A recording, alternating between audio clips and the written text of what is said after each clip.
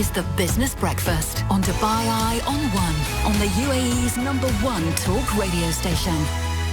We're going to get a little bit more information and speculation about our top business story this morning, and that is the potential end of post-dated cheques after an agreement between the Dubai Land Department and Emirates NBD to start using direct debits for rent payments here in Dubai. We're still waiting for details, but we did wake up Zhann Jochinke, the CEO of Property Monitor, bright and early this morning to say to him, Zhann, this feels like it could be a game changer.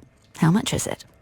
It's not something new. It's had the option around with the STICO previously. I think now coming from the Land Department, it's got a greater opportunity of success. If we look at other parts of the world, this has been prevalent for decades, where you can pay by direct debit or credit card. I think one of the biggest things here, though, is going to be behaviour. If we look at why rent is paid in such large sums up front, it's historically been because it was a hardship post. Companies paid rent in these lump sums. That behaviour has kind of still been instilled into the market, and even though now there'll be a mechanism to make payments digitally, it's going to be the behaviour side that probably drives it. So can we change landlord behaviour around this?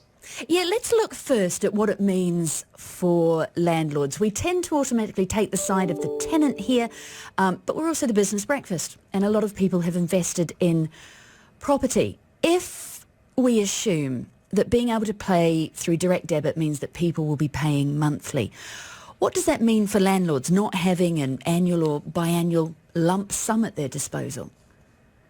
So it's cash flow on both sides, right? If cash flow is better on the landlord's part, it's going to be worse on the tenant's part, and vice versa. So landlords historically getting that 1 or 2 lump sum payments had that cash at their disposal, and some may have invested in the market because that was a general market practice here. Will that change investment on landlords? I don't think so. If you've got a real investor landlord, they've probably got properties in other parts of the world where they're used to getting rent in monthly or every couple of months. So I don't think it's going to change too much from that. But again, it just goes back to the behaviour. Just because we have it, unless it's mandated, I don't think many will opt for it. What could it mean then, that cash flow, as you say, staying in the tenant's pocket? If I'm not having to find 100,000 dirhams up front, if I know that I can pay monthly, could it mean that I would rent a larger place, a more expensive place? Certainly it could. I would probably advise against that, given current economic conditions and where things may go. I think any ease in someone's cash flow, it should just be taken as that. You've got the benefit of paying monthly or in smaller periods. And not to overextend yourself by taking something bigger unless you really needed to. We're still waiting for quite a bit of detail here, Zhann. What particularly do you want to know? So I think one of the biggest things is protections. Protections for the landlord side. So what's interesting is the central bank element to it, and under their direct debit scheme, which is something that if you've had a loan in the past, you're having payments directly debited from your bank account on a monthly basis on a certain date. And if you miss a payment, then you're in default, and then creditors have recourse to come after you. If that same recourse and protection is going to be there for landlords, that's probably one of the key things to it. Landlords, historically, they've had the cheque and felt more comfortable with that as a means of recourse. So if those same recourse and protections are in place under this scheme, I think it will be something that's great for the market. But we still don't know. It's early days. What does the timing of it say to you, though, at a time when, all of our headlines in some way at the moment, it seems, tie back to inflation and rising prices? We've got the government coming out this morning and saying that it is going to introduce subsidies on things like food and fuel for low-income Emirati families. What do you make of the timing? Yeah, I don't think it's coincidental. I think it's intentional.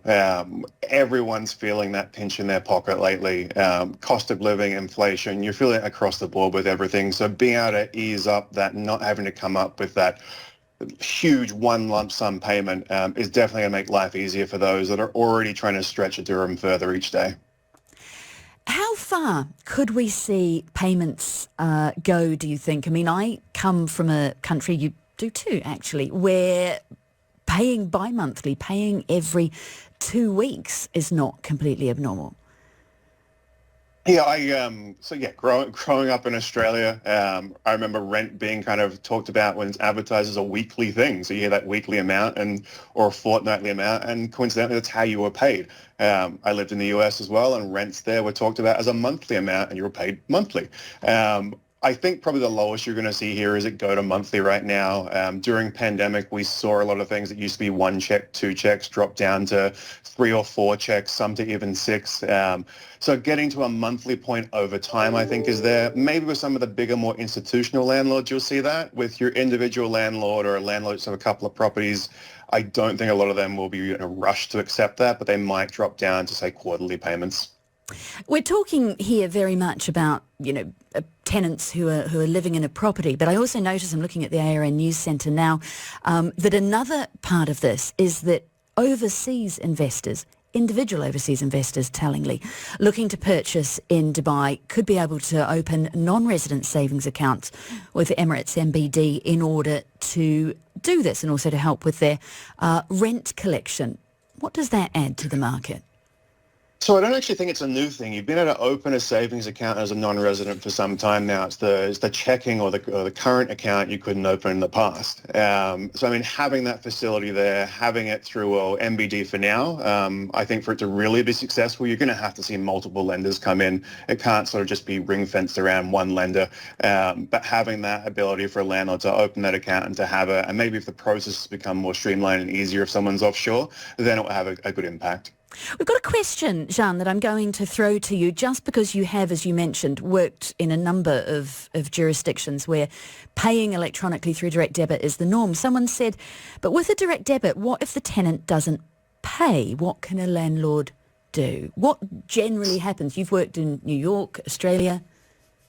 Yeah, so if you go back to it, I mean, and if you look under, from my understanding of how the UAE's direct debit system works as well, if you enter an additional agreement, so it's not just your lease, you're now entering an agreement to have that direct debit taken, and signing that is a guarantee of payment, just like a check is. So if the payment declines, it would be akin or should be akin to bouncing a check, and I would assume that those same recourses are going to be in place. So in other parts of the world, it would now become that you have a debt, you have a creditor that you have to pay. Landlords typically are unsecured creditors if someone were to go through a hard time or bankruptcy in other jurisdictions. And I imagine ultimately here it'll be linked with Etihad Credit Bureau, and you'll start to see defaults on or late payments on rent also show up on that. And that was Zhann Jochinke, the COO of Property Monitor.